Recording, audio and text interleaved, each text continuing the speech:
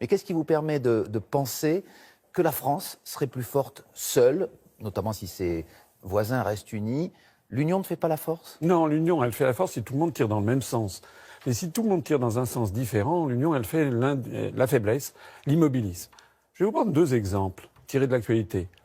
Asselineau commence fort avec le dossier glyphosate. La France veut l'interdire, mais l'Allemagne dit non. Résultat, on continue de manger du poison parce que Bruxelles l'a décidé. Merci qui?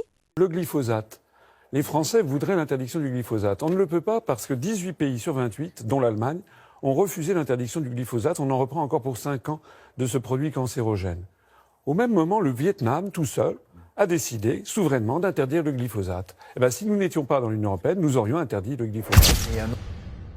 Dans cet extrait, François Asselineau accuse l'Union européenne de priver la France de toute souveraineté réelle. Il démonte un à un les mécanismes qui empêchent notre pays de décider seul. Interdiction du glyphosate bloqué, vente des terres à la Chine, budget confisqué par Bruxelles. Pour lui, ce n'est pas une coopération, c'est une dépossession. Mais un autre exemple. Alors, vous aviez un deuxième exemple. Deuxième Très exemple, bien. la Chine. Ouais. La Chine, on nous explique que l'Union européenne aurait vocation à faire contrepoids à la Chine. La France seule pourrait faire un meilleur contrepoids. Et bien entendu, parce qu'actuellement, les Chinois ont racheté des centaines de châteaux dans le Bordelais, 120 châteaux, des centaines d'hectares dans la Beauce. En ce moment, ils sont en train d'acheter des forêts de chênes. Pourquoi? Parce que nous avons un article des traités, l'article 63, de la libre circulation des mouvements de capitaux, article des traités européens, qui permet à la Chine de faire ses achats. Eh bien, si nous étions un pays souverain, nous interdirions souverainement de faire ses achats, de la même façon d'ailleurs que la Chine nous interdit à nous, Français, d'acheter des jardins de thé en Chine. Oui, mais on pourrait très bien y parvenir par d'autres moyens, notamment par des traités. Vous savez, je l'avais précisé. Mais vous admettez que là, l'Europe est utile? Non, pas forcément. Il y a 6686 traités qui lient la France au reste du monde. Et nous proposons de sortir de 3 traités. Celui de l'Union européenne, celui de l'euro et celui de l'OTAN. Il en restera 6683. C'est-à-dire que nous ne serons pas isolés. Nous continuerons à avoir comme voisins les Belges, les Allemands, les Italiens et les Espagnols. Alors, par exemple, moi, j'ai regardé attentivement votre clip de campagne. Dans votre clip de campagne, vous mettez en valeur les richesses de la France, y compris dans ce qu'elle a produit, et vous mettez le viaduc de Millau. Or, j'ai regardé le viaduc de Millau, il doit son existence aussi à des fonds européens. Presque un 8e de son budget avait fait l'objet d'un prêt par la Banque européenne d'investissement. Est-ce que ça ne veut pas dire aussi que l'Europe, là encore, a été indispensable, comme pour Airbus, comme pour Ariane? Est-ce que vous l'admettez? Non, parce que Airbus et Ariane, ce sont des coopérations internationales. L'Union européenne n'a rien à voir. Dans Airbus, par exemple, vous avez les États-Unis, la Chine, la Corée, le Japon. La France et l'Allemagne et la Grande-Bretagne. Oui, mais vous savez aussi des entreprises françaises dans Boeing. Ce sont des projets internationaux. C'est le clou du spectacle. La France paye des ponts en Croatie alors que nos routes tombent en ruine. On donne à l'Europe et l'Europe donne aux autres.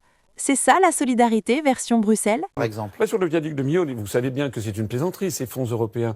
Vous savez bien que la France verse beaucoup plus à l'Union européenne qu'elle n'en reçoit. C'est-à-dire, on le voit bien par exemple sur les fonds pour les transports. Actuellement, la France, par exemple, a financé par les fonds européens 60 millions d'euros un viaduc qui est construit en Croatie avec une entreprise chinoise. Est-ce que vous trouvez ça normal au moment où, d'après le ministère français des Transports, il manque 300 millions d'euros par an pour entretenir nos propres routes? Ce passage révèle un mécanisme profondément pervers. L'Union européenne fonctionne comme une caisse de redistribution opaque, où la France, pourtant contributeur net, perd toute maîtrise sur l'affectation de son propre argent. Ce n'est plus une question de solidarité entre nations, c'est une logique technocratique déconnectée des priorités nationales. Résultat, la France finance des infrastructures ailleurs, pendant que son propre territoire se dégrade. Ce n'est pas une coopération, c'est une dépossession budgétaire sous drapeau européen. Vous pensez pouvoir convaincre les électeurs français que l'Europe, que l'Union européenne n'apporte rien à la France? Je voudrais surtout que les Français comprennent que ces élections, il s'agit d'élire 79 députés sur 751. C'est-à-dire que les Français ont 10,5% des députés. C'est la proportion des habitants... Non, c'est pas exactement ça. Pas exactement, non. Puisque les petits pays sont surreprésentés. Voilà. Vous voudriez que la France ait plus de députés? Non, c'est pas ça que je veux dire. Ce que je veux dire, c'est qu'il faut bien comprendre, par exemple, que la Pologne et la Roumanie, à elles deux, ont plus de députés que les Français. Ça, c'est la première chose. La deuxième chose, c'est que... Attendez, laissez-moi parler.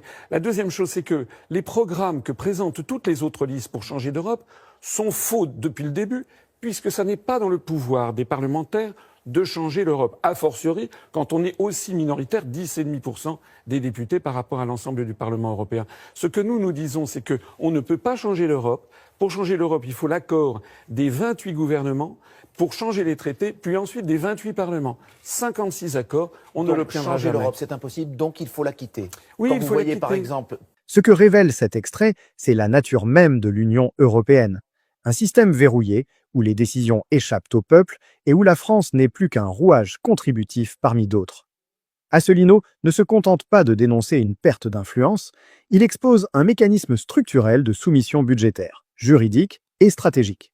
Chaque exemple qu'il donne, glyphosate, article 63, fonds européens, rapport de force au Parlement, dévoile une vérité centrale. On finit sur une touche d'humour noir. Asselineau compare les pressions de l'UE à une recette un peu spéciale.